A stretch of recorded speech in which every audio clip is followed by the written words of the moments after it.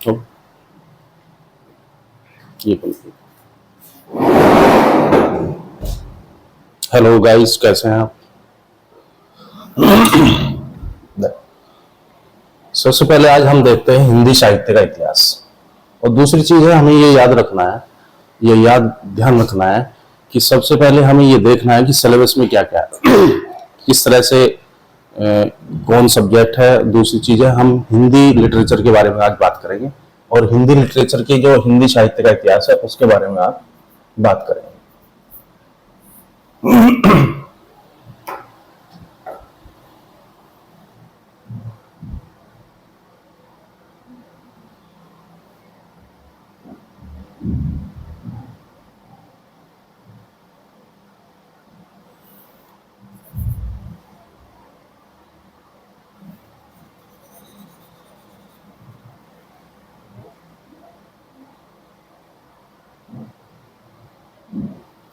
सबसे पहले देखेंगे हिंदी साहित्य का इतिहास।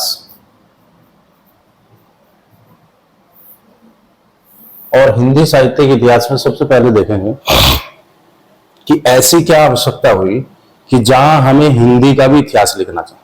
अगर आप देखोगे, वैसे तो सामान्य क्या होता है कि इतिहास का मतलब क्या होता है, सामान्य अगर आप देखें तो इतिहास का मतलब होता है ऐसा ही हुआ। दूसरा अगर देखें, ऐसा ही हुआ होगा।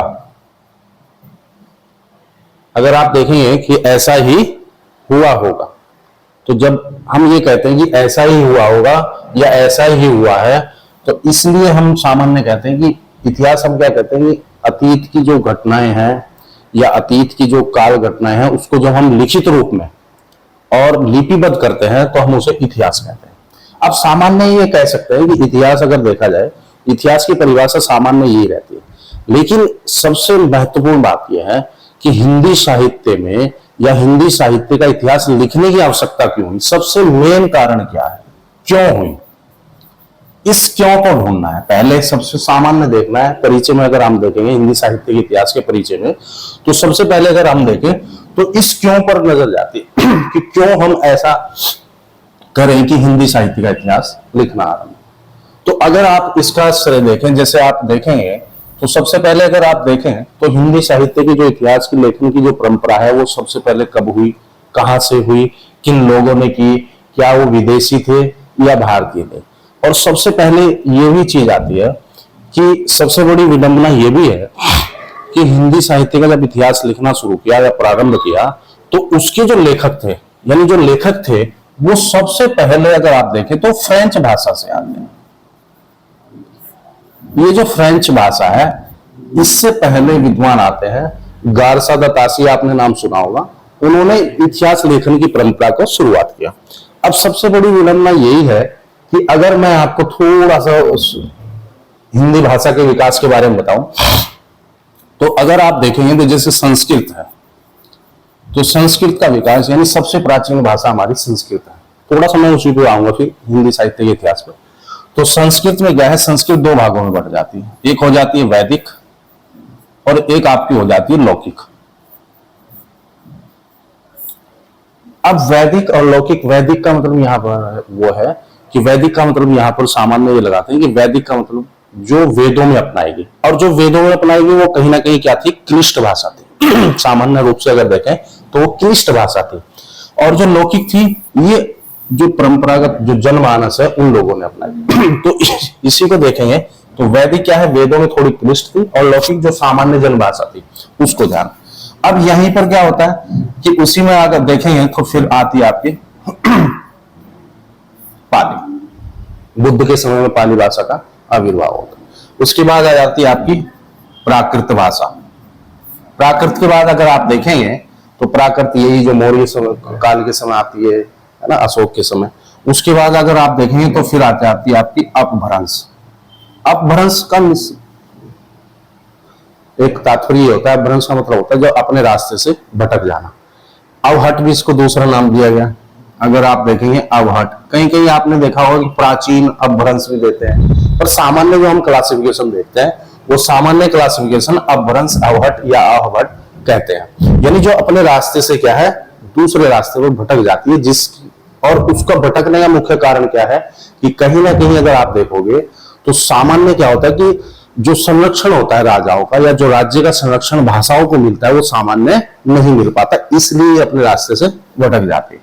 और इसी भटकाव के कारण क्या होता है फिर जाकर के फिर क्या है हमारी हिंदी का विकास होता है। अब मैं उसी बात पर आ रहा हूं जो हिंदी साहित्य का इतिहास है, इसी चीज को लेकर के आ रहा हूं कि हमने भाषा का जो एक किस्म से विकास देखा, उस विकास में क्या हुआ कि हमारी जो हिंदी हुई डेवलप हुई या विकास जो हुआ या हमारे पास हिंदी आई, अगर आप लगभग देखेंगे तो 1000 ईस्वी के आसपास आते सामान्य अगर हम क्लासिफिकेशन देखें। और हमारा जो हिंदी साहित्य का इतिहास लिखा गया वो कब लिखा गया, ये लिखा गया 1839 के आसपास। अब आप समझ सकते हैं कि 839 वर्षों के बाद कोई जब इतिहास लिखा जाएगा तो कहीं ना कहीं उसमें क्या होगी, कुछ ना कुछ भ्रांतियां या कुछ ना कुछ विश्लेषण या कुछ ना कुछ अप्रमाणिकता या कुछ ना कुछ प्रमाणिकता को लेकर के संदेह रहेगा। मेन चीज ये रहती है, क्यों? क्योंकि हम आए 1000 के आसपास हिंदी का विकास होता है, लेकिन हिंदी के जो इतिहास लिखा गया वो 839 साल के बाद लिखा गया। और आप समझ सकते हैं क्योंकि परिचय में यही चीज हमें समझनी है कि हिंदी साहित्य का इतिहास क्यों लिखा गया, उसके लिखने के पीछे कारण क्या था, किन लोगों ने लिखा, ऐसा ठीक। और जब 1839 में ये चीज आई तो कहीं ना कहीं क्या है उसमें और दूसरी विडंबना ये भी रही हिंदी साहित्य के इतिहास लिखने में, विडंबना ही कहेंगे कि ये फ्रेंच विद्वान ने लिखा। अब आप सोच सकते हैं हिंदी जो इतिहास लिखा गया, हम कह सकते थे अगर सपोज करो उन्होंने फ्रेंच भाषा में लिखा, अब फ्रेंच भाषा में लिखा गया, उन्होंने अपनी भाषा का प्रयोग किया। गारसा द तासी इनका पहला नाम था, अगर आप जानते हैं सामान्य रहता है गारसा द तासी, इनका सामान्य नाम रहता है।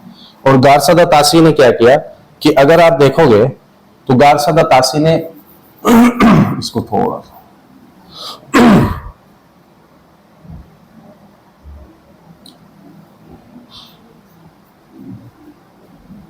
गारसा द तासी, अब ये फ्रेंच विद्वान थे, इन्होंने फ्रेंच भाषा में लिखा और लिखना चाहिए था अगर हम सामान्य बात करें विश्लेषण, क्योंकि हम हिंदी साहित्य का इतिहास पढ़ रहे हैं अभी, और हिंदी साहित्य का इतिहास हमेशा कहता है कि विश्लेषण की चीज होती है।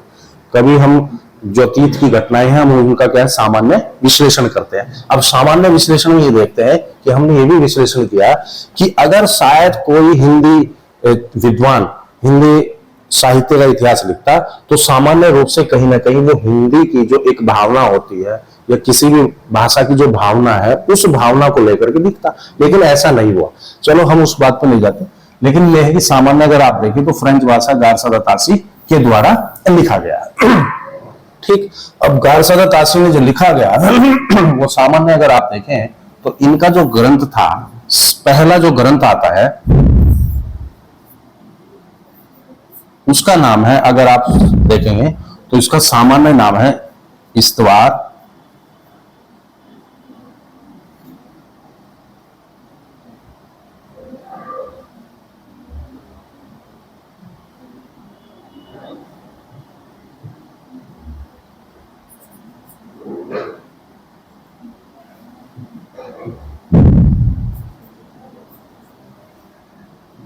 सामान्य नाम अगर आप देखेंगे तो इसका नाम है इस्तवार द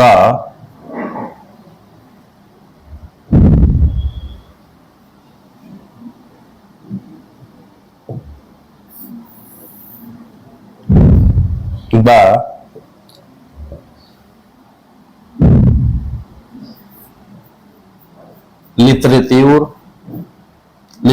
इस्तवार द लॉ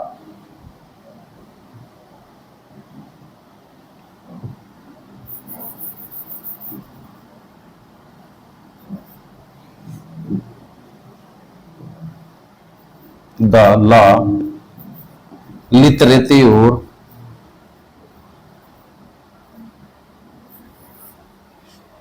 लिटरेच्योर एंदोई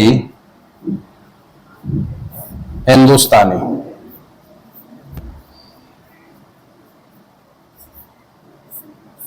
एत्रोई हिंदुस्तानी।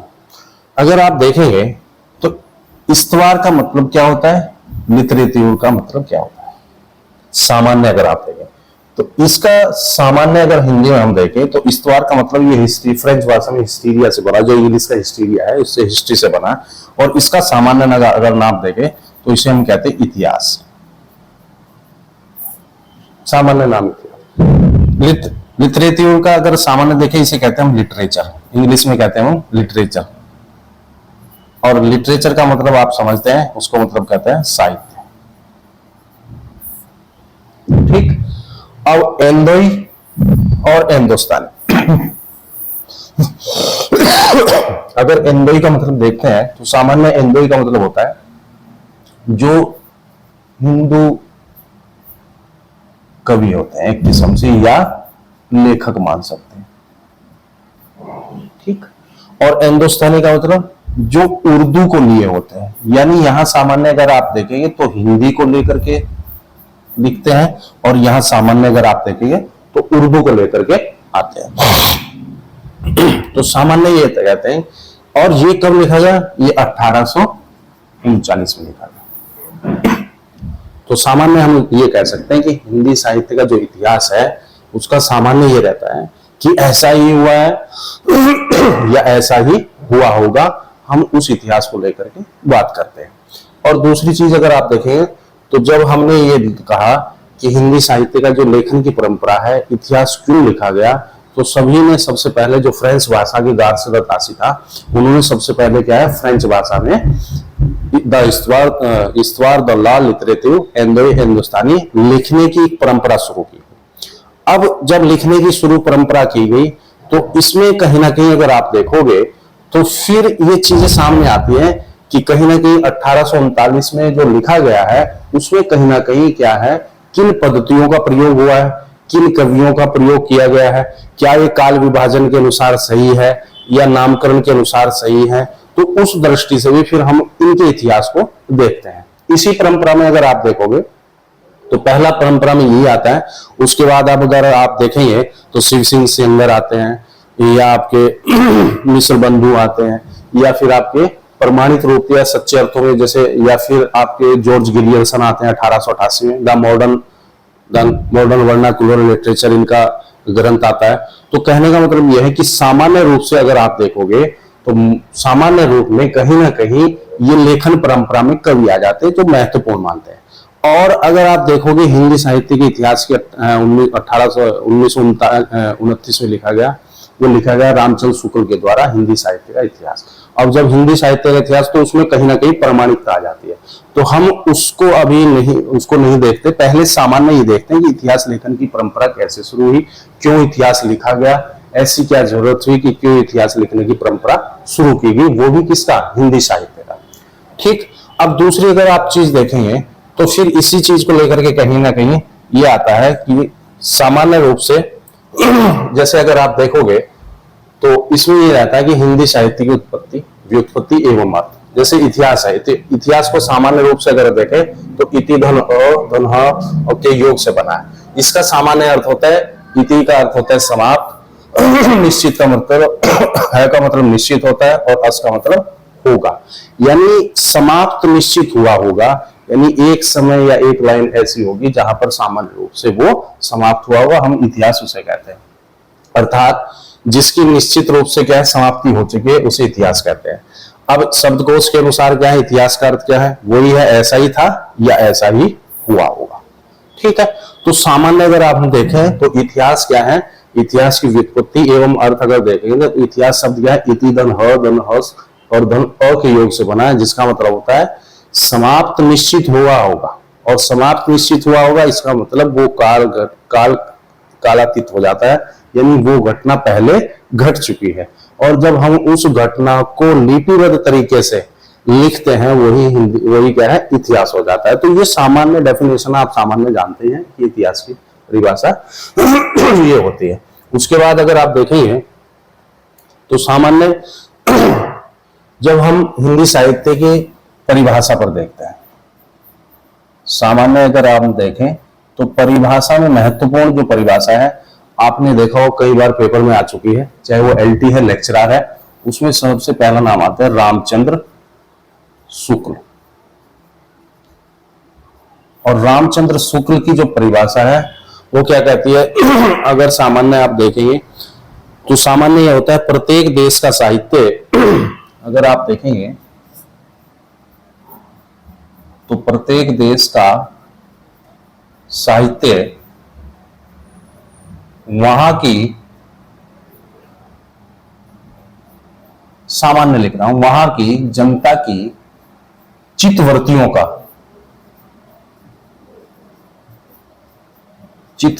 का संचित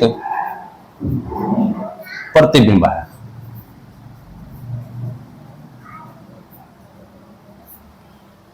सामान्य अगर आप देखें तो और भी है, लेकिन सामान्य इसकी जो परिभाषा है रामचंद्र शुक्ल जी, तो उन्होंने कहा कि प्रत्येक देश का साहित्य वहां की जनता की चित्तवृत्तियों का क्या है, संचित प्रतिबिंब है। अब अगर आप चित्तवृत्तियों को देखें तो चित्तवृत्तियों का मतलब होता है मनोदशा, यानी प्रत्येक देश की जो मनोदशा है, तभी कहा गया है जैसे विवेकानंद जी ने भी कहा है कि अगर हमें किसी देश को समझना है या किसी देश को जानना है तो वहां से सबसे पहले हमें क्या है, उस देश का साहित्य पढ़ना चाहिए। और उस देश का साहित्य पढ़ने से क्या है, हमें सारी चीजें पता लग जाती कि उस देश की भावनाएं या उसकी संस्कृति या उसकी धार्मिक जो रिचुअल्स एक्टिविटी है, वो चाहे आर्थिक हो, सामाजिक हो, धार्मिक हो, राजनीतिक हो, शासन पद्धति हो, कार्य करने का तरीका हो, सारी चीजें हो, कहीं ना कहीं आपके संस्कार क्या है, वो सारी चीजें आपको साहित्य में मिल जाती है। तो इसीलिए कहते हैं कि प्रत्येक देश का साहित्य वहां की जनता की चित्तवृत्तियों का संचित प्रतिबिंब होता है, कि जैसे जैसे चित्तवृत्तियां बदलती जाएंगी, समाज जैसे जैसे बदलता चला जाएगा, वैसे ही लेखक की जो मनोवृत्ति है या चित्तवृत्ति है वो भी धीरे धीरे बदलती चली जाएगी। बहुत इंपॉर्टेंट रहती है, हर बार कहीं ना कहीं पूछी जाती है, हमेशा याद रहते हैं। और अगर आप डॉक्टर नागेंद्र को कोट करें तो डॉक्टर नागेंद्र की भी परिभाषा बहुत इंपॉर्टेंट रहती है। डॉक्टर नागेंद्र कहते हैं कि प्रत्येक देश की जो यानी साहित्य का जो इतिहास है, अगर सामान्य हम लिखें साहित्य का इतिहास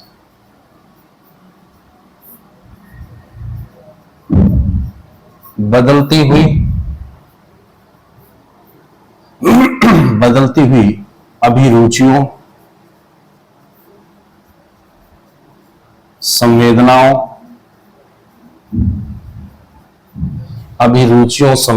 को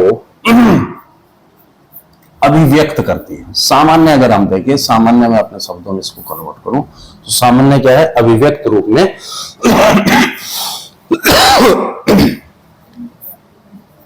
अभिव्यक्त रूप में रहती है या विद्यमान है। ये सामान्य परिभाषा है। वैसे मैं आपको पीडीएफ के माध्यम से इसको बताऊंगा। तो साहित्य का इतिहास क्या है, बदलती हुई अभिरुचियों, संवेदनाओं को क्या है, अभिव्यक्त रूप करती है। अब ये जो अभिरुचियां है, अभिरुचियां भी क्या होंगी कि जैसे जैसे समाज बदलेगा तो समाज के जो मुद्दे हैं, इशू हैं, वो भी धीरे धीरे बदलते चले जाते हैं। यही संवेदनाएं हैं, हमारी जो संवेदनाएं किसी मुद्दे के साथ जुड़ जाती है। फॉर एग्जाम्पल, जैसे अगर आप देखेंगे तो भ्रष्टाचार हुआ या वेश्यावृत्ति हुई या मद हुआ, मदवेशन हुआ, तो कहीं ना कहीं ये सारी जो अभिरुचियां हैं, जो समाज में एक किस्म से ज्वलंत मुद्दे हैं, उसके प्रति हो जाती है। तो ठीक वैसे ही लेखक की जो मनोवृत्ति है वो भी बदल जाती है कि हमारी जो अभिरुचियां है वो भी क्या है, साहित्य के अनुसार यानी समाज के अनुसार हमारी बदलती चली जाती है। इसीलिए कहा है कि साहित्य का जो इतिहास है बदलती हुई अभिरुचियों, संवेदनाओं को अभिव्यक्त रूप में विद्यमान या करता है, या विद्यमान उस रूप में उसको इतिहास होता है। तो ये विद्यमान जो रहता है, यानी क्या विद्यमान रहेगा, सामान्य यानी इतिहास जो है वो ये कहलाएगा। तो सामान्य अगर हम देखें तो हिंदी साहित्य का इतिहास जो है जब लिखने की परंपरा शुरू हुई तो सबसे पहले तो विडंबना हमारे सामने यही आती है कि उस विडंबना का कारण यही है कि हिंदी का जो विकास हुआ वो 1000 के आसपास, जब हम अमीर खुसरो को देखते हैं। सामान्य हमें ये चीज समझनी है, वैसे तो आपको पीडीएफ मिल जाए। तो अगर हम सामान्य रूप से देखें तो सामान्य रूप में ये होता है कि ये विडंबना है कि 1000 के बाद हमें 1839 में मिला, और 1839 में भी गारसद और तासी ने इस्तवार दलाल लितरेते हिंदुस्तानी जो लिखा, उसमें कहीं ना कहीं क्या है, उन्होंने इस्तवार का मतलब अलग बताया, लिटरेचर का अलग, एंदोई का मतलब अलग और हिंदुस्तानी का अलग। तो वो जो लेखन परंपरा है, और दूसरी चीज ये है उस लेखन परंपरा में भी फिर ये आता है कि जब हम आगे जब पढ़ेंगे जो पद्धतियां है, पद्धतियों का मतलब है कि जो रीतियां हैं, यानी इतिहास लेखन की जो रीतियां हैं, उन रीतियों में जैसे आप देखेंगे वर्णाकुलम है, कालानुक्रम है, विधेयवादी है, वैज्ञानिक है। तो ये जो 4 पद्धतियां हैं हमारी, जो 4 पद्धतियां हैं, इन पद्धतियों पर भी फिर उन्होंने काम किया है। देखा गया है कि कालक्रम के अनुसार कौन सी है, कालक्रम में क्या आता है, ये आगे आप क्लास में देखेंगे। तो और वर्णाकुलम क्या होता है, जो वर्ण को यानी अल्फाबेट को ध्यान रखता है। विधेयवादी क्या होता है, जो वैज्ञानिक तार्किक रूप से होता है, जो शैली को ध्यान रखता है, वो स्पष्टता को, प्रामाणिकता को ध्यान रखता है। उसके बाद अगर आप वैज्ञानिक को देखें तो वैज्ञानिक, तो कहने का मतलब ये जो 4 हमारी जो वैज्ञानिक पद्धतियां हैं, इन वैज्ञानिक पद्धतियों को अपनाने वाले कौन लेखक होते हैं।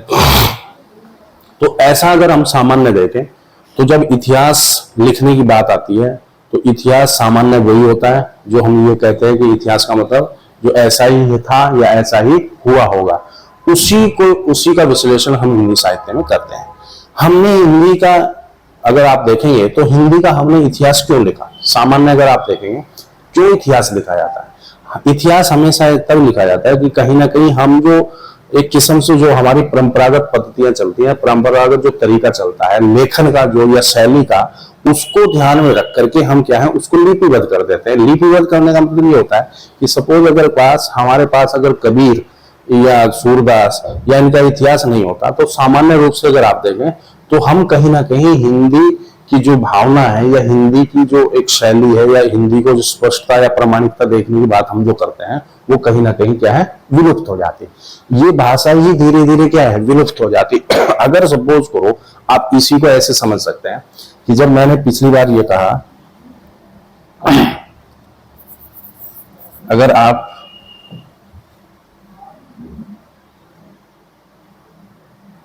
अगर आप देखें तो कहीं ना कहीं क्या है, जब हम हिंदी के विकास क्रम में देखते हैं तो हिंदी के विकास क्रम क्या संस्कृत है। संस्कृत तो संरक्षण बहुत मिला है, इसलिए संरक्षण मिला है। तो साहित्य अगर आप सबसे पहले भाषा हम जन्मी देखें तो कहीं ना कहीं संस्कृत है, और संस्कृत है तो कहीं ना कहीं इसका कहीं ना कहीं हमारे पास इतिहास मिलता है, व्याकरण मिलती है, सामान्य रूप से हमें इसको क्या है इतिहास मिलता है। पाली, प्राकृत और वंश का क्या है कहीं ना कहीं इतना इतिहास नहीं मिलता है। तो जब इनका इतिहास नहीं मिलता है तो इनका साहित्य भी हमारे यहाँ विलुप्त हो जाता है। तो ऐसे ही जब हम हिंदी का विकास करते हैं, क्यों लिखा गया हिंदी साहित्य का इतिहास ना, उस पर मैं जा रहा हूँ। तो अगर आप देखोगे तो हिंदी साहित्य का इतिहास जब लिखा गया तो उसके पीछे कारण ये था कि जो जितनी भी भाषाएं ये 3 थी, इनका इतिहास इतना प्रमाणित और इतना पूर्ण रूप से और राजाओं का संरक्षण नहीं मिलता है और ना ही लेखक इतना लिख पाते हैं, ना ही साहित्यकार इतना कन्वर्ट कर पाते हैं, क्योंकि संरक्षण राजाओं का उतना नहीं मिलता। तो उस कारण से क्या है ये 3 भाषाओं का जो इतिहास है पूर्ण रूप से क्या है विलुप्त हो जाता है।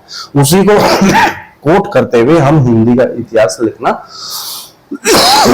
शुरू करते हैं। और दूसरी चीज अगर आप देखेंगे तो दूसरी चीज क्या है, जब हम इतिहास से रिलेट करते हैं इसको, तो इतिहास से रिलेट करने के में देखते हैं कि कहीं ना कहीं सामान्य ये होता है कि 1839 का जो सामान्य ये रहता है कि 1839 में जब आया तो उस समय अगर आप देखेंगे तो हमारे यहाँ अंग्रेजी शासन था, और अंग्रेजी शासन होने के कारण क्या है कि नई पद्धतियों और नई शैलियों और नए वैज्ञानिक तरीकों का हमने क्या है प्रयोग करना शुरू किया। नहीं तो अगर आप देखोगे तो पहले, इससे पहले दिल्ली सल्तनत थी या मुगल काल थे, तो उसका इतना प्रभाव नहीं रहता है। लेकिन जैसे ही हमारे यहाँ पर क्या है आधुनिकता जन्म लेती है, तो उस आधुनिकता में भी हमें क्या है सामान्य रूप से क्या है ये चीज हमारे सामने देखने को मिलती है। क्यों जो हिंदी साहित्य का इतिहास है ना, उस पर मैं जा रहा हूँ कि क्यों लिखा गया, उसके पीछे कारण यही है क्योंकि आधुनिकता रूप ले लेती है और सामान्य रूप से हम क्या है। और जो फ्रेंच भाषा के जो विद्वान थे गारसद और तासी, उन्होंने सबसे पहले प्रयास किया, और इसी प्रयास में अगर हम देखेंगे तो 4 नाम और भी आते हैं, जैसे शिव सिंह सेंगर है या जॉर्ज गिरियर्सन है या रामचंद्र शुक्ल है। शिव सिंह सेंगर ने शिव सिंह सरोज लिखा है, और उसके बाद अगर आप देखेंगे जॉर्ज गिरियर्सन ने मुख्य रूप से अगर आप देखेंगे तो जॉर्ज गिरियर्सन ने क्या है अंग्रेजी में लिखा है। जो एक अगर आप देखेंगे इसी लेखन परंपरा में जो हम एक किस्म से कहते हैं कि हिंदी साहित्य की जो इतिहास लेखन है उसमें हम सामान्य रूप से देखते हैं कि हिंदी साहित्य का जब इतिहास लिखा गया तो इन 4 लेखन परंपरा में सबसे जो प्रमाणित है, यानी सच्चे अर्थों में अगर हम सामान्य कहें तो सच्चे अर्थों में या सामान्य रूप से कहें तो कहीं ना कहीं जॉर्ज गिरियर्सन का the modern vernacular northern Hindustan जो इनका एक ग्रंथ है, उस ग्रंथ में हम क्या है पूर्ण रूप से मान लेते हैं कि यहाँ पर काल विभाजन और नामकरण का एक किस्म से हमें साक्ष्य मिल जाते हैं। इससे पहले जितने भी आते हैं, शिव सिंह सरोज हुआ या आपका ईश्वर दलाल लिटरेटिव इंडो हिंदुस्तानी हुआ, तो उसमें इतनी प्रामाणिकता नहीं है। और जब उसमें इतनी प्रामाणिकता नहीं है तो हम 1888 में जॉर्ज गिरियर्सन के द्वारा जो अंग्रेजी में लिखा ग्रंथ है उसी को आधार मान करके हम हिंदी साहित्य का इतिहास की परंपरा का एक किस्म से क्या है शुरुआत करते हैं, सामान्य रूप से कर देते हैं। लेकिन हमें सबसे पहले ये समझना है, क्योंकि क्वेश्चन यहीं से बनता है, चाहे आप एलटी में देखो, कई साल से ये चीज देख रहे हैं कि कहीं से अगर आप देखें या लेक्चरर का आप देखें क्वेश्चन, तो कहीं ना कहीं लेखन परंपरा में सबसे पहला ग्रंथ क्या होता है। इसमें एक चीज याद रखनी है कि जो क्वेश्चन आता है हिंदी साहित्य के इतिहास लेखन परंपरा से सामान्य रहता है, तो हिंदी साहित्य के इतिहास लेखन परंपरा में अगर आप देखेंगे तो ये जो 5 परंपरा में रहते हैं, 4 हम सामान्य रूप से देखते हैं, Garcin de Tassy, Shiv Singh Saroj, George Grierson और आपका रामचंद्र शुक्ल। इसी बीच में से बंधु भी आते हैं या आपके वैष्णव आते हैं। तो कहने का मतलब है कि अगर सामान्य रूप से पूछा जाए कि हिंदी साहित्य लेखन की जो परंपरा है वो सबसे पहले कहाँ से शुरुआत होती है, तो इतिहास लेखन की अगर हम लेखन की परंपरा अगर देखें तो जाहिर सी बात है कि गारसा दत्तासी द ईश्वरलाल लिटरेटिव हिंदुस्तानी से मिलती है ईश्वरलाल लिटरेटिव। और सामान्य रूप से अगर आप देखें तो हिंदी का जो इतिहास लेखन की परंपरा है सबसे पहले कहाँ से शुरुआत होती है, तो इन दोनों क्वेश्चनों में अंतर रहता है। जब हम क्वेश्चन करेंगे तो उस पर उस चीज में हम बताएंगे कि कैसे कैसे ये चीजें आती हैं और कैसे कैसे क्वेश्चन का जो एक किस्म से आंसर है वो भी चेंज हो जाता है। तो सामान्य हमें देखना है कि हिंदी साहित्य का इतिहास है क्यों आया। भाषा का विकास के क्रम में देखें तो कहीं ना कहीं बहुत बड़ी विडंबना थी कि 839 के बाद हमारे क्या है हिंदी साहित्य का इतिहास लेखन परंपरा शुरू की। और उस हिंदी साहित्य लेखन की परंपरा में पहला जो नाम आता है वो गारसा दत्तासी का आता है, और इन्होंने जो ग्रंथ लिखा ईश्वर दलाल लिटरेटिव इंडो हिंदुस्तानी लिखा है। तो सामान्य अगर हम देखें तो ये किस्म से क्या है उसका रूप होता है। दूसरी चीज अगर हम देखें तो किसी भी साहित्य इतिहास को लिखने के लिए सामान्य रूप से अगर हम देखें तो सामान्य रूप से अगर देखें तो सामान्य रूप में क्या है कि कहीं ना कहीं हिंदी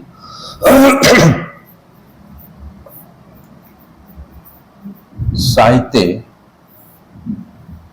की 4 पद्धतियां हैं। सामान्य रूप से देखें 4 पद्धतियां हैं। अब 4 पद्धतियां कौन कौन सी हैं, और किसी भी जब हम कोई इतिहास लिखते हैं तो इतिहास कैसे लिखते हैं, तो कहीं ना कहीं हमें ऐसा तो है नहीं कि कोई ना कोई हमें शैली या कोई ना कोई तरीका या ढंग हमें अपनाना होगा। उस अपनाने के ढंग में हमें क्या है कि हिंदी साहित्य की जो 4 पद्धतियां हैं इतिहास लेखन की, इतिहास लेखन और इतिहास लेखन की जो 4 पद्धतियां हैं, अगर उसमें आप सबसे पहला नाम लिखेंगे तो सबसे पहला नाम अगर आप देखेंगे तो सामान्य रूप से सबसे पहले हम किसको लेते हैं, इसको लेते हैं वर्णानुकूलम। वर्णा सामान्य रूप से देखेंगे तो वर्णानुकूलम शैली या वर्णानुकूलम में क्या देखेंगे या वर्णानुक्रम में एक सामान्य रूप से देखेंगे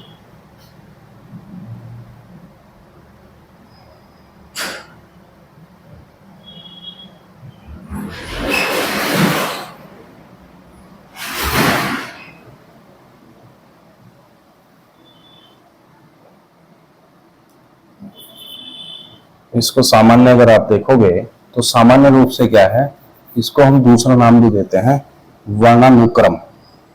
सामान्य रूप से देखेंगे वर्णानुक्रम शैली।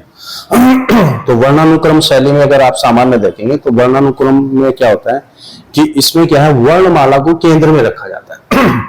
सामान्य देखेंगे वर्णमाला को केंद्र में रखते हैं। अब वर्णमाला का केंद्र का मतलब क्या है कि जो अल्फाबेट होता है, जैसे सपोज करो जो लेखक है उसका जो पहला नाम है, जैसे सपोज करो तुलसीदास है।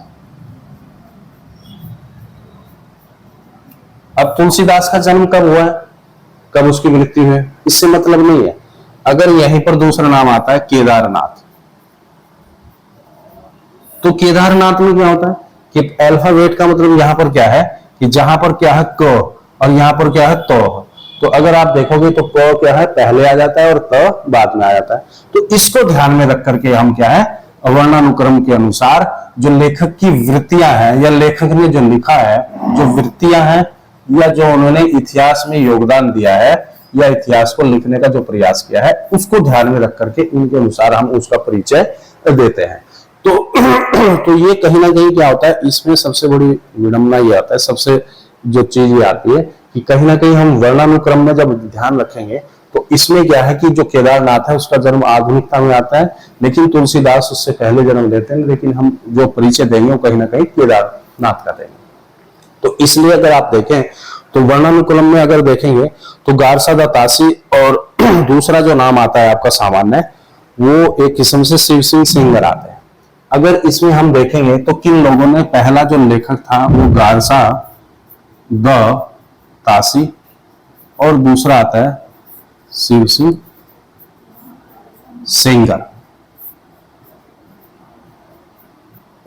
इन दो लोगों ने कहा कि वर्णानुक्रम के अनुसार हम क्या है, एक किस्म से अगर आप देखेंगे तो वर्णानुक्रम में क्या है कि जहां हम क्या है वर्ण को, अल्फाबेट को सबसे पहले ध्यान रखते हैं, उसमें हम लेखक की जन्म वृत्ति को ध्यान में नहीं रखते हैं, पहले किसका जन्म हुआ है उससे कोई मतलब नहीं होता है। सामान्य हम मतलब जो तात्पर्य हमारा होता है वो सामान्य किससे होता है, वो कहीं ना कहीं हमें अल्फाबेट यानी सबसे पहला जो नाम है उस नाम में पहला जो अक्षर है उसके अनुसार हम ऐसा करते हैं।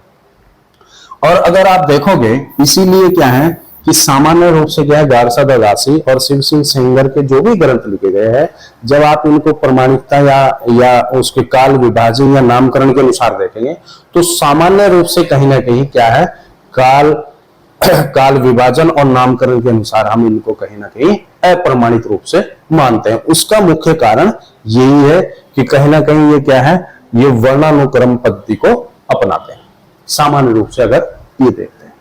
उसके बाद अगर आप देखोगे तो दूसरी जो पद्धति आती है इसमें आप समझ गए कि वर्णानुक्रम क्या है, वर्णमाला को केंद्र में रखते हैं, लेखक का पहला अक्षर चाहे वो उसका जन्म पहले हुआ या बाद पहले हुआ है, लेकिन हम क्या है वर्ण को प्राथमिकता देते हैं। और वर्ण को प्राथमिकता देंगे तो कहीं ना कहीं हमें क्या है जो आधुनिकता में जन्म लिया है उसको हम क्या है उस पर सबसे प्रभावित दे देते हैं। दूसरी चीज अगर आप देखें तो दूसरा जो होता है वर्णानुक्रम के बाद अगर सामान्य रूप से देखें तो फिर आता है कालानुक्रम। इसमें रहता है आपका कालानुक्रम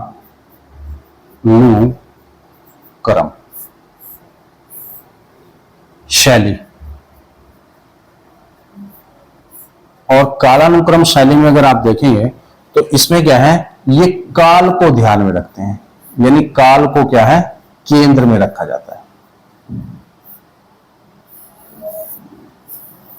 और काल को केंद्र में रखेंगे किसका, यानी लेखक की जो वृत्तियां हैं या जो लेखक ने लिखा है। सामान्य रूप से कालानुक्रम में क्या है, इस पद्धति में क्या है लेखक की हम क्या है रूप से एक किस्म से हम उसके क्या है काल क्रम को ध्यान में रखते हैं। काल का मतलब जो समय पीरियड है उसको ध्यान में रखते हैं।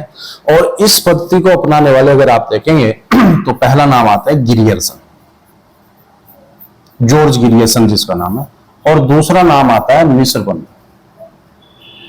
अब आप समझ सकते हैं कि मिस्र बंधु और गिरियर्सन अगर आप देखेंगे तो गिरियर्सन में भी क्या है सामान्य रूप से जो इनका ग्रंथ है the modern vernacular northern Hindustan अगर आप देखेंगे तो उसमें क्या है, अब इन्होंने क्या किया कि काल को केंद्र में रखा, और काल को केंद्र में रख करके क्या है उस शैली का या उस पद्धति का, कि जिसके अनुसार जो काल क्रम है, जैसे सपोज करो पहले कबीर आए हैं, फिर रैदास आए हैं, उस क्रम में अगर हम किसी चीज का परिचय लिख रहे हैं, उस चीज में हम उनका इतिहास लिख रहे हैं, उनकी लेखक की जो वृत्तियां हैं, उन्होंने जो रचनाएं लिखी है, साहित्य में जो योगदान है, उसको लिख रहे हैं। अब काल क्रम के अनुसार जब लिख रहे हैं तो इसको मानने वाले भी कौन है? गिरियर्सन और विश्वबंधु। और जब हम हिंदी साहित्य की इतिहास लेखन की परंपरा में भी देखते हैं, तो इतिहास लेखन की परंपरा में भी जो जॉर्ज गिरियर्सन ने अंग्रेजी में जो ग्रंथ लिखा, द मॉडर्न वर्नाकुलर लिटरेचर, सामान्य, तो उसको भी हम क्या है कि जब हिंदी साहित्य का इतिहास लिखते हैं तो हिंदी साहित्य के इतिहास में हम उसको क्या है नींव साबित करते हैं कि हम इसके अकॉर्डिंग लिखेंगे। अब उसके अकॉर्डिंग जब लिखेंगे, उसके अनुसार जब लिखेंगे, तो लिखने का क्रम क्यों आया? क्योंकि इन्होंने भी उस शैली को अपनाया जो कहीं ना कहीं काल विभाजन को क्या है हमें प्रदर्शित करती है, परिभाषित करती है कि हाँ ऐसे हम लिख सकते हैं किसी चीज को।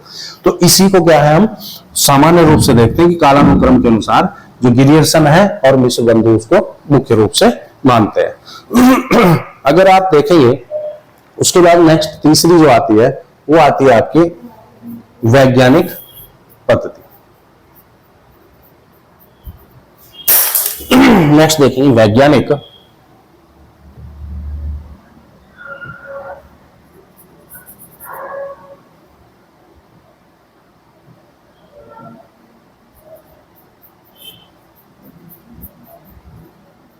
वैज्ञानिक पद्धति, और वैज्ञानिक पद्धति में आप देखेंगे तो इसमें दो चीजें को ध्यान रखना है। इसमें क्या है? तटस्थ, और दूसरा शब्द आता है निरपेक्ष। इस चीज को याद रखना है। वैज्ञानिक पद्धति अपनाने वाले जो लोग थे वो कहीं ना कहीं क्या कहते थे? वो ये कहते थे कि हम तटस्थ होकर के और निरपेक्ष भावना से लिखेंगे। अभी तक तो क्या था कि कहीं सामान्य रूप से अगर देखें या वर्णानुक्रम में या कालानुक्रम में कहीं ना कहीं एक किस्म से क्या थे, ये तटस्थ ना होकर के, क्योंकि वैज्ञानिकता क्या कहता है? वैज्ञानिकता का मतलब होता है जो प्रमाणित होता है, जो स्पष्टता दिखता है, उस चीज को ध्यान में रखें। अब यहाँ पर सामान्य क्या है? तटस्थ और निरपेक्ष को ध्यान में रखते हैं, ये वैज्ञानिक रूप से। अगर इसमें अगर आप देखेंगे तो लेखक क्या आते हैं? हजारी प्रसाद, और दूसरे आते हैं गणपति चंद्र गुप्त, ये सामान्य आते हैं। तो गणपति चंद्र गुप्त और ये सामान्य रूप में आते हैं। उसके बाद अगर आप देखेंगे तो गणपति चंद्र गुप्त और हजारी प्रसाद, इन दोनों ने क्या किया कि हम वैज्ञानिक जब इतिहास लिखना शुरू करेंगे तो इतिहास लेखन में हम क्या है सामान्य रूप से इस पद्धति का प्रयोग कर सकते हैं कि जहां हम तटस्थ और निरपेक्ष होकर के वैज्ञानिक तथ्यों के अनुसार हिंदी साहित्य का क्या है इतिहास लिख सकते हैं।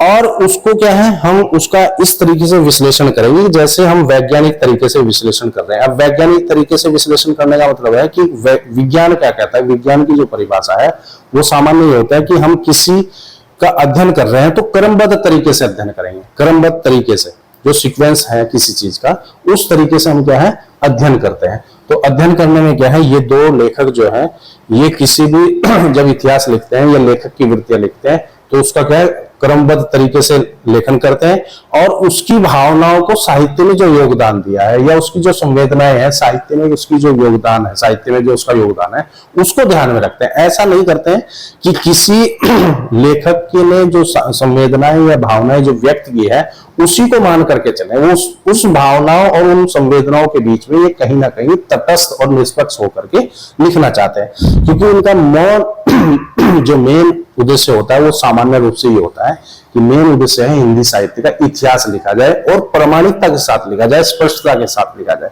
जब हम आगे बढ़ेंगे तो आप अगर ध्यान रखें तो सामान्य रूप से अगर आप देखें तो आदिकाल कहीं ना कहीं क्या है प्रमाणिकता अर्ध प्रमाणिकता और अप्रमाणिकता के बीच में बढ़ जाता है।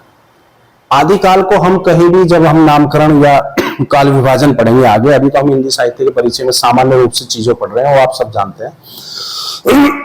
जब हम कालकरण नामकरण और काल विभाजन के अनुसार साहित्य में योगदान देने के लिए और जब हम आदिकाल पढ़ेंगे तो आदिकाल में अगर आपने थोड़ा बहुत हिंदी साहित्य देखा होगा तो आदिकाल क्या है पूर्ण रूप से क्या है कहीं ना कहीं प्रमाणिकता अप्रमाणिकता अर्ध प्रमाणिकता की उसमें क्या है बढ़ जाता है। उसका मेन कारण क्या है कि अगर आप देखेंगे जब हम थोड़ा सा मैं उसके बारे में समझाना कि उसमें सिर्फ क्या है, रासो काव्य जो है हिंदी साहित्य के इतिहास की लेखन की जो एक किस्म से प्रवृत्तियां होती हैं या विशेषताएं होती है, वो सिर्फ रासो काव्य में है।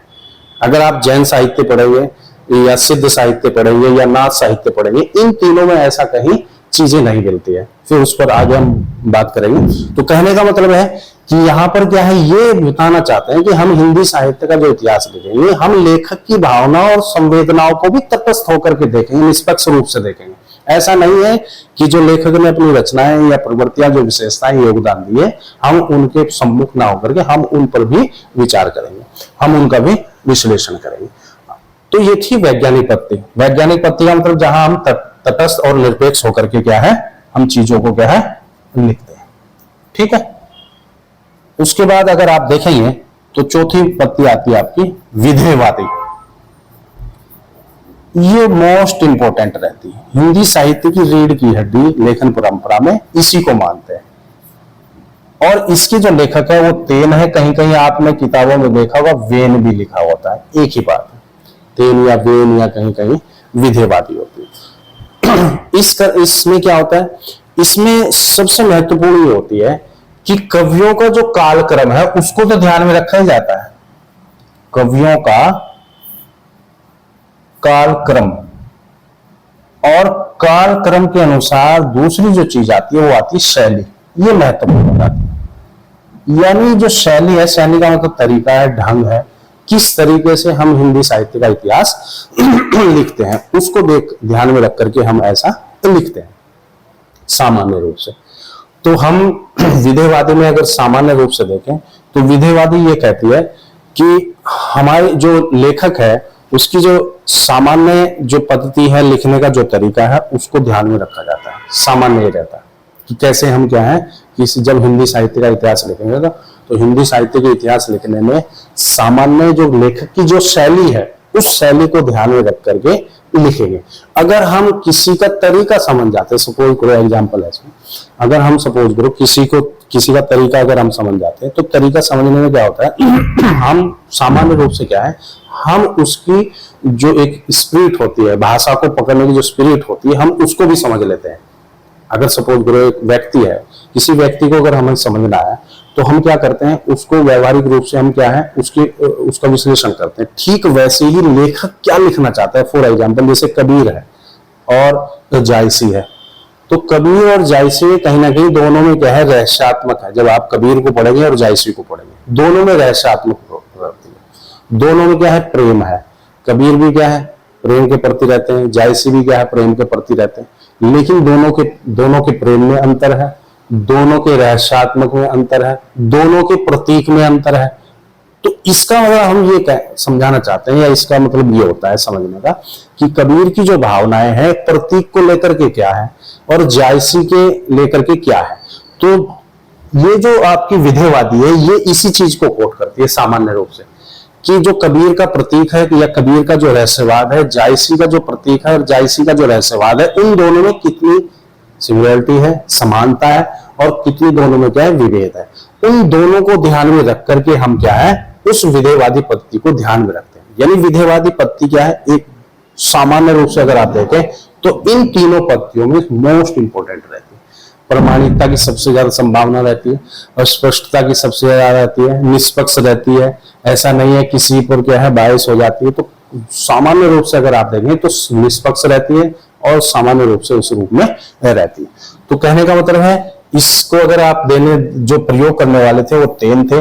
अगर हम हिंदी साहित्य के इतिहास में बात करें, या किस विद्वान ने सबसे पहले इसका प्रयोग किया, या सबसे पहले अगर प्रमाणिकता या उसकी बात करें तो रामचंद्र शुक्ल ने इस विधेयवादी का क्या है, प्रयोग किया है। तो ये क्वेश्चन भी बनता है लेक्चरर उसमें कि विधेयवादी पद्धति का प्रयोग करने वाले कौन है। तो सामान्य रूप से अगर आप देखें तो रामचंद्र शुक्ल ने इसका प्रयोग किया है। वैज्ञानिक पद्धति का प्रयोग करने वाले कौन कौन विद्वान है भारतीय में, तो सामान्य रूप से हजारी प्रसाद और गणपति चंद्र गुप्ते। अगर वर्णानुक्रम में देखें तो गारसा दादासी और सामान्य शिव सिंह सरोज का नाम आता है। ये क्वेश्चन इनसे यहाँ से लेक्चरर या एलटी में बनता है कि इतिहास लेखन परंपरा में जो 4 पद्धतियां हैं वो 4 पत्तियां कौन सी है। कभी कभी क्वेश्चन ये बनता है कि इन 4 पत्तियों में कौन सी एक पत्ती नहीं है, तो 3 पत्तियां दे देंगे, एक दूसरा कोई और पत्ती दे देंगे। एक क्वेश्चन ये बनता है। दूसरा क्वेश्चन ये बनता है कि जैसे अगर आप देखोगे तो जो कालानुक्रम है, कालानुक्रम पद्धति को अपनाने वाले कौन थे, वर्णानुक्रम पद्धति को अपनाने वाले कौन थे, विधेयवादी क्या थी। तो सामान्य रूप से कहीं ना कहीं यहां से भी एक क्वेश्चन बनता है, इसको भी आपको क्या है ध्यान में रखना है। और ये सामान्य रूप से 4 हमारी पत्तियां होती है। वर्णानुक्रम शैली, वर्णानुक्रम में क्या होता है, वर्णमाला में एक बार फिर आपको दोहरा देता हूं, वर्णमाला को केंद्र में रखते हैं, जिसमें क्या है हम अल्फाबेट के अनुसार जो लेखक है उसके पहले हम अक्षर को ध्यान में रख करके उसके अनुसार हम उसकी लेखक की वृत्तियां हैं और उसकी जो साहित्य में जो योगदान है उसको ध्यान में रखते हैं, उस पर लेखन कार्य करते हैं, वो इतिहास लेखन। और दूसरा, इसको मानने वाले कौन होते हैं, वर्णानुक्रम को गारसा दत्तासी और शिव सिंह सेंगर होते हैं। ये 2 विद्वान जो हैं ये इस पद्धति का प्रयोग करते हैं। उसके बाद दूसरी जो पद्धति आती है कालानुक्रम शैली आती है, ये काल को ध्यान में रखती है, काल का मतलब जो समय है उसको, और इसको मानने वाले जो लोग होते हैं विद्वान जो लेखन परंपरा में इसका प्रयोग करने वाले होते हैं वो गिरियर्सन और आपके दूसरे क्या है मिश्र बंधु होते हैं। ये कहीं ना कहीं इफेक्टिव होती है, प्रमाणित होती है, स्पष्टता दिखाई देती है। क्यों होती है, क्योंकि जो जॉर्ज गिरियर्सन है जिन्होंने अंग्रेजी भाषा में ग्रंथ लिखा, हम उसी को आधार बना करके क्या है हिंदी साहित्य का इतिहास लेखन की परंपरा भी शुरू करते हैं। तो कहीं ना कहीं जो कालानुक्रम है कहीं ना कहीं प्रमाणिकता को लेकर के क्या है थोड़ी थोड़ी कहीं ना कहीं प्रमाणिकता को लेकर के आती है, और ये गिरियर्सन और आपके मिश्र बंधु आते हैं। उसके बाद अगर आप देखेंगे वैज्ञानिक पद्धति में क्या है, ये तटस्थ और निरपेक्षता की भावना लेकर के आते हैं कि जो वैज्ञानिक होता है वो तटस्थ और निरपेक्ष भाव से क्या है किसी भी चीज को लिखने की शुरुआत करता है। और वैज्ञानिक का मतलब है कि हम हिंदी साहित्य का जो इतिहास लिखेंगे वो सामान्य रूप से हम क्या है वैज्ञानिक तरीके से लिखेंगे, क्रमबद्ध तरीके से लिखेंगे। और इसको जो मानने वाले लोग होते हैं वो हजारी प्रसाद द्विवेदी और आपके गणपति चंद्र गुप्त रहते हैं। ये हजारी प्रसाद द्विवेदी और आपके गणपति चंद्र गुप्त रहते हैं।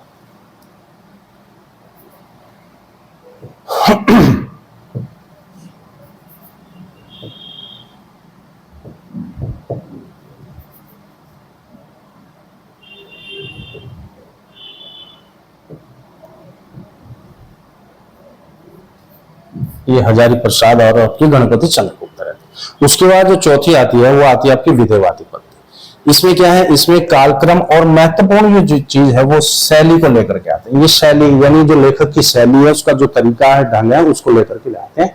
और इसका प्रयोग जो पहले करने वाले होते हैं वो तेन या वेन कवि होते हैं। और अगर हम हिंदी साहित्य के इतिहास की बात करें तो रामचंद्र शुक्ल का नाम इसमें सबसे पहले लिया जाता है कि रामचंद्र शुक्ल ने इस पद्धति का प्रयोग किया। और पूर्ण रूप से हिंदी साहित्य का इतिहास 1929 में जब इन्होंने लिखा तो पूर्ण रूप से कहीं ना कहीं है सच्चे अर्थों में प्रमाणित है, स्पष्टता को लेकर के आता है। और एक किस्म से हम कह सकते हैं वो ब्रह्म शास्त्र है हिंदी साहित्य के इतिहास में। तो सामान्य अगर आप देखेंगे तो ये हिंदी साहित्य के क्या है रूप में क्या है एक किस्म से क्या है मील का पत्थर साबित होते हैं। उसके बाद अगर हम देखें तो ऐसा नहीं है, नेक्स्ट करके अगर हम देखें तो हिंदी साहित्य के इतिहास लेखन परंपरा में अगर मैं ये 4 हमारी पद्धतियां हो गई थी, अगर आप सामान्य एक बार देखना चाहें तो सामान्य ये क्या है हमारी 4 पद्धतियां होगी। उसके बाद अगर आप देखेंगे तो सामान्य क्या है कि 5 लेखन परंपरा में आते हैं। 5 लेखक इतिहास ब्रैकेट में लिख लेंगे आप हिंदी, 5 लेखक जो इतिहास हिंदी के हैं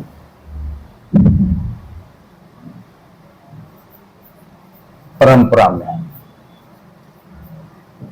अब परंपरा में कौन कौन नाम आता है पहला, तो पहला नाम आएगा गारसा दत्तासी।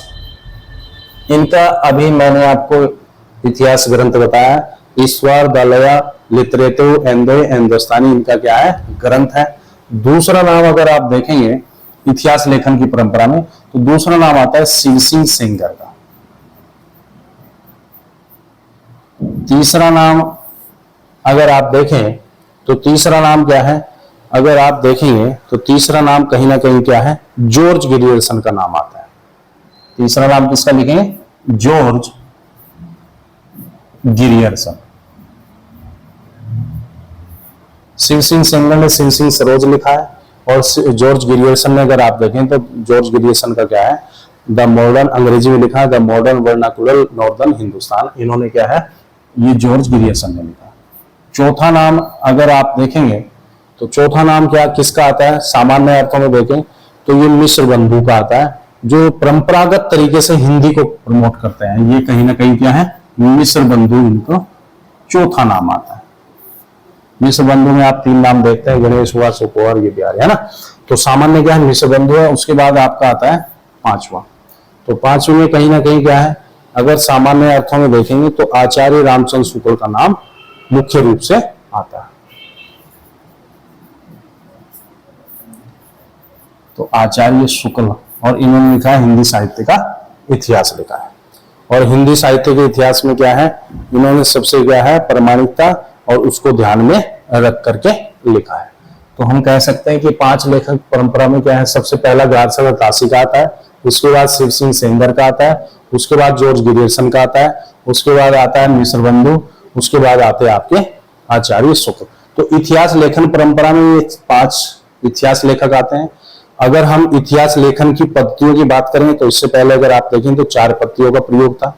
हिंदी साहित्य की अगर सबसे बेस्ट परिभाषा अगर देखते हैं तो रामचंद्र शुक्ल की है कि किसी भी देश का साहित्य वहां की जनता की चित्तवृत्तियों का क्या है, संचित प्रतिबिंब होता है। बहुत इंपॉर्टेंट है, हर बार क्वेश्चन कहीं ना कहीं आईटी और लेक्चरर में कहीं ना कहीं 1 या 2 साल के बाद हमेशा रिपीट होता ही रहता है। तीसरा अगर आप देखेंगे तो तीसरी चीजें हमें क्या है, अगर देखेंगे तो दूसरी जो परिभाषा है वो भी महत्वपूर्ण है डॉक्टर नगेंद्र की, क्योंकि हमेशा याद रखना कि डॉक्टर नगेंद्र को यहाँ सबसे ज्यादा फॉलो करते हैं। इस बार भी अगर आप देखोगे तो एलटी या लेक्चरर में, पिछले लेक्चरर में क्वेश्चन आया था कि डॉक्टर नगेंद्र के अनुसार छायावाद या प्रगतिवाद दोनों में से किसी एक का कालक्रम पूछा गया था कि काल समय सीमा क्या है। हमेशा याद रखना है, तो रामचंद्र शुक्ल और डॉक्टर नागेंद्र को दोनों को क्या है उत्तराखंड के लेक्चरर में हमेशा या एलटी में हमेशा कोट किया जाता है। तो जब भी आप रामचंद्र शुक्ल को पढ़ें और डॉक्टर नागेंद्र को पढ़े तो इनके द्वारा दी गई परिभाषाएं और इनके द्वारा दिए गए समय सीमा को हमेशा याद रखना है, क्योंकि यहां से क्वेश्चन हमेशा बनता है, चाहे वो आधुनिकता से बने, चाहे आपके भक्ति काल से बने, चाहे आपके कहीं से बने, तो कहीं ना कहीं डॉक्टर नागेंद्र के अनुसार दी गई परिभाषाएं हमेशा पूछी जाती हैं। और रामचंद्र शुक्ल के द्वारा जो परिभाषाएं हैं या उन्होंने समय सीमा माना है या काल विभाजन में आप पढ़ेंगे या नामकरण में पढ़ेंगे तो कहीं ना कहीं रामचंद्र शुक्ल को हमेशा याद रखना है, डॉक्टर नागेंद्र दोनों को फॉलो करना है जो इन्होंने हिंदी साहित्य के इतिहास में कहा है, क्योंकि ये दोनों ऐसे लेखक हैं। हालांकि डॉक्टर नागेंद्र ने कोई इतिहास नहीं लिखा है, सिर्फ संपादक थे या उन्होंने उसका एक किस्म से लेखन पद्धति को, लेकिन कहीं ना कहीं अगर डॉक्टर नागेंद्र को देखें तो उनके द्वारा जो दिया गया है, जो योगदान है वो भी क्या है महत्वपूर्ण है, ठीक वैसे ही जैसे रामचंद्र शुक्ल है। ठीक, तो ये 5 नाम क्या है हमें क्या है इतिहास लेखन की परंपरा में याद रखना है। उसके बाद अगर आप देखें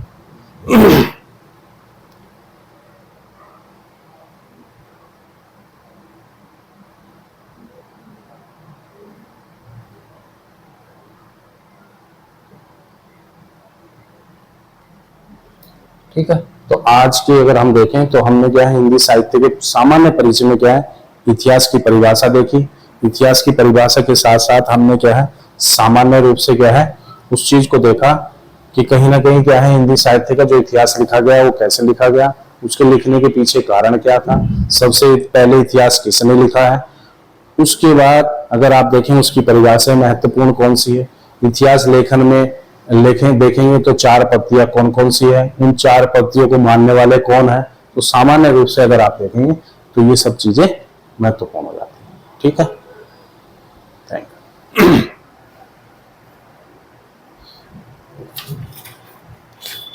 ठीक है, आज के लिए इतना ही देखते हैं, कल फिर क्लास करते हैं इसके बारे में। ओके,